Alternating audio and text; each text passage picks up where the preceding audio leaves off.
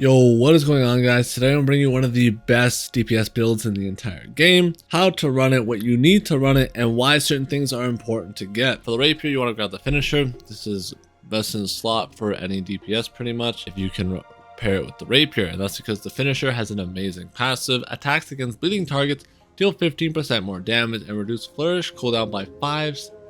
Works on both weapons, so even when you're on the bow, you still get the 15% additional damage bleeding. It comes with two really good perks for PvE, Deadly Flourish and Keen Tondo. Flourish deals 41% more base damage, perk max stack 1. Keen Tondo 26% critical chance, affected against targets by Tondo bleed. If this perk is on a weapon, Tondo also inflicts 10% weaken for 10 seconds, so you also weaken the boss and you have more crit chance against the boss as well. Now, what perk would you put down here? I would recommend putting Poisonous Nature, I believe it's called. It's one where your dots do more damage. And then if you can't find it, I recommend either Vicious, Rogue, or Enchanted are all other really good traits to put on your finisher as well. And then the best bow, hands down to farm until 700, is the Syncretic Bow. If you're wondering where you get the rapier and the bow, the rapier, or the bow I mean, you farm right here. It's like 4 mobs, super easy to grab. And then for the rapier, you have to come down here and kill some mammoths. This X up in chat, there'll be people doing this. Onto the perks, this comes with Keenly Jagged and Enchanted, and then I put Attunement on it. That's just because this is more for PvP. This was for more PvP purposes, but Attunement's still really good for PvE. Keenly Jagged, a must-have because this easily procs the bleeding status effect, allowing you to always have that 15% increased damage uptime on your bow. And Enchanted, your light attacks more damage. You could put other perks here instead of Attunement, but I just prefer Attunement over the other ones. Now for the rapier and the bow, you want to put int gems in them. So as we come down here, you want to put an int gem in a bow like this. Converts 50% of damage dealt to lightning. If int is higher, replace weapon scaling with int. This just allows your bow to do more damage since we do put int into this build. Now if you want to go the full dex build, I recommend putting a diamond into your bow like this. 12% damage and outgoing healing while at full health is increased. And then you want to put the ignite version of these gems on both weapons. I didn't do that, but where they do basically extra damage per second for 2 seconds, 8%. It is quite a bit. It's definitely more damage than the percentage that the gem will be giving you. And if you go the full dex build, you want the opal in here and not the intelligence setup. So if you go int, it's fire gem, dex, it's opal. If you go int, another fire gem, dex, diamond. I'm going to show you the attributes here before I get more into the armor, and that's simply because I want to explain this better. 25 strength, I can't go any lower than 30. So I just have 30. 25 strength here, 100 intelligence, 25 focus with 100 con. If you plan on using the bow more, then you can definitely drop this way down here to like maybe even 25. Constitution, if you want to use the bow way more than the rapier, but the rapier and light, I recommend having around 100 con. This is a good safety net, allows you not to get one shot consistently. But if you're more bow focused, then you can definitely drop your con since you won't really be getting hit. Now, the reason why you put 100 intelligence is because it has really good passives, 10% damage to light and heavy elemental attacks. This is really strong because it synergizes with the bow and the rapier. If you put int with an int gem in them, 5% base damage to targets inflicted with damage over time effects. You know, you always have a damage over time, so this will always be up. And 5% increased backstab and random critical hit. If you're on the rapier, you always will be hitting the boss in the back, so this will always be up 100% of the time if you're on the rapier bar. I mean, full dexterity instead of intelligence here, that can work as well. This comes down to personal preference, but I think this setup is better.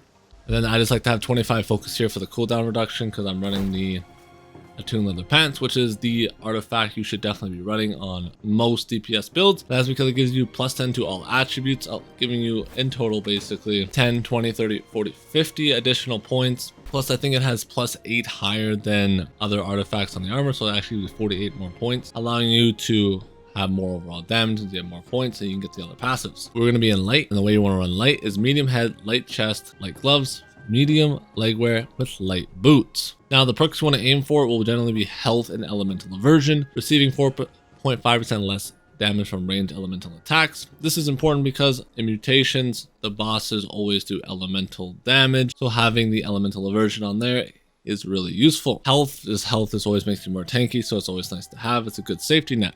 Now, for what do you want for weapon perks? Well, I ground them down here. So weapon perks that can work. Empowering Explosive Arrow. This is if you want to go the other tree. I'll get into that in a moment.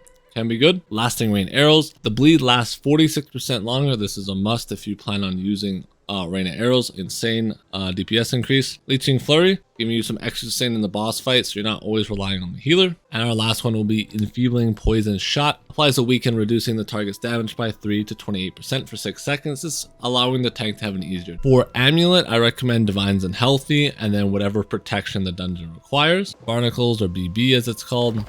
Right now, this is fire damage, so we want a Fire Amulet here.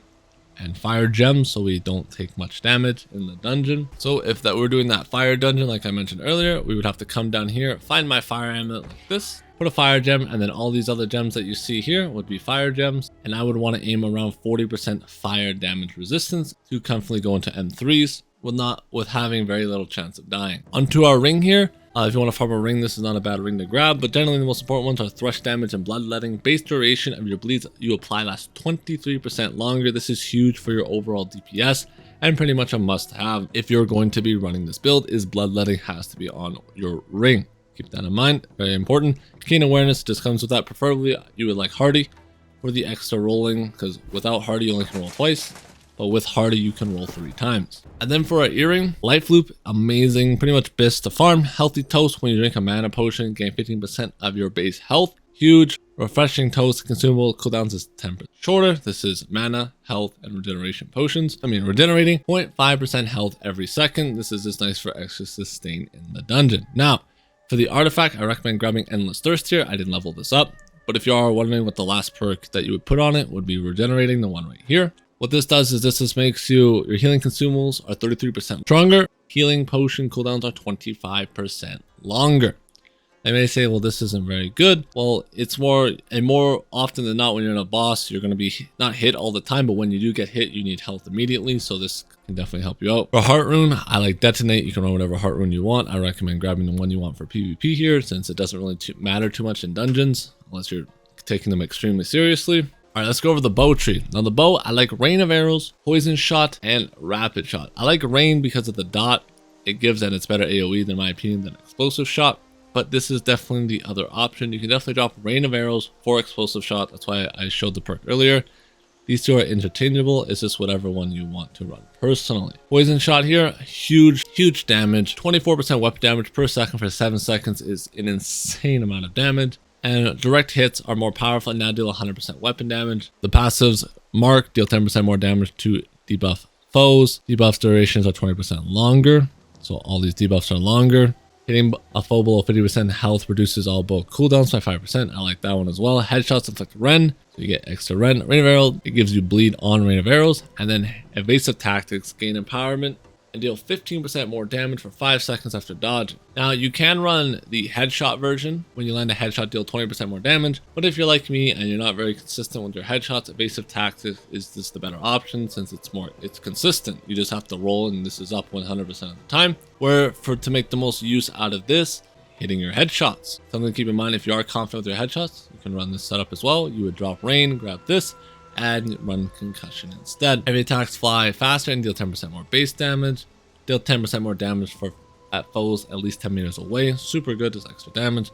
Deal 15% more base damage to targets below 50% health, allowing you to execute the boss quicker. Rapid Shot. First arrow's 100% weapon damage, second arrow 100%, and the third's 125. If you hit all 3 arrows, Rapid Shot cooldown is reduced by 50%. This allows you to stay on the bow pretty much all the time if you want, because you can just light attack cycle, use rapid in between. Third arrow of Rapid Shot deals 25% more base damage, so increasing the overall damage of this ability. Bullseye increases critical hit chance of bow shots by 10% and increases the distance the arrows travels before affected by gravity. This is nice since your arrows don't have as much drop off. Alright, on to the rapier tree. For the rapier tree, this is what you would pretty much run no matter what. You can definitely run a heavy puncture if you want, I guess, instead of perfectionist. These are more personal preference things, but that would be about the only thing I would switch. But the skills, Flurry, Flourish and Finish, Tondo. Flurry, you attack 5 times super fast. Pew, pew, pew, pew, pew. It has grit, so you can't be CC'd out of it unless it's a hard CC. The important ones of Flurry is each hit of Flurry extends the rapier bleed by 1%. This is huge. 1 second. And the last hit of flurry afflicts the enemy with a stack of bleed, dealing 10% weapon damage second for 10 seconds. Tondo also applies a bleed. So as you can see here, we're stacking bleeds pretty fast. When applying the first bleed stack to an opponent, Tondo cooldown is reduced by 10%. If you only hit one target, even a block, Tondo cooldown is reduced by 25%, and the initial hit of the base damage of Tondo by 100%, and if the target is already afflicted by bleed. So as you can see here, you can just spam Tondo, hit it with flurry to increase the duration,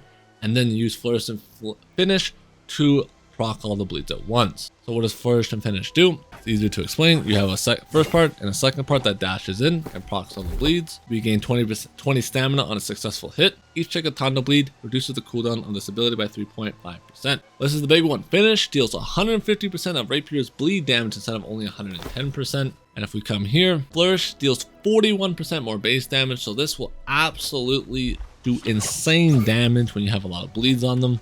For your buffs, I recommend bringing in your honing stone. So tier 3 or 2, I don't have 2 on me, but tier 3 or 2 tier honing stones is all you need. It's only a 1% difference, so don't worry about that. Next up, make sure you have your ward or your coatings. Gives 15% damage to ancients, lasts for 40 minutes. So make sure you know what dungeon you're going into so you can be bringing the correct coatings along with you. These only apply, by the way, to the weapon that you use them on. So if I use this on my, let's say, rapier here, it will not work on my bow. I have to use it on both weapons. Honing stones work on both weapons. It's just the coatings that don't. Next up, we have ward potions. Increases damage absorption from loss by 10% for 40 minutes. So once again, make sure you know what dungeon you're going into. Pop one of these. It doesn't have to be tier 5, by the way. Tier 3s or 4s work just fine. Just make sure you have at least a ward potion and a coating with you for the correct dungeon. This increases your damage and survivability immensely. Second, make sure you always have mana potions, health potions, and regeneration potions. And the mana potions is just for this perk right here. When you drink a mana potion, you gain 15% of your base health. Now, if you're not running Life Loop and you're running Endless Thirst doesn't have that perk, so then you don't need mana potion. Party meals here are just like your, oh shit, I need some extra health, just eat one of these. You gain 220 health per second for 20 seconds, giving you some extra survivability. You can also run Oak Flesh Bombs or Gemstone Dust instead, but hearty meals are a lot cheaper. For your attribute foods, recommend always bringing in con food. Once again, the dungeon's hard and you're dying. Just pop a con food, it's whatever, increases your overall survivability. But for your damage food, I would recommend the dex version, not the int. Increases dexterity by 44 for 40 minutes. So this increases your dex extremely high. A quick showcase of the build. You just start off with your bow by hitting this. Make sure they're light so you have the keenly jagged bleed on it. And then you just gotta keep procking Tondo like so.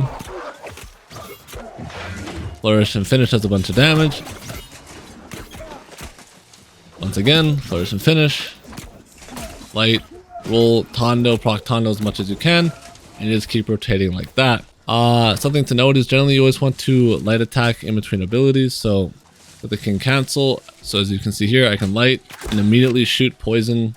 You can do that with explosive arrow as well. Light, immediately do that.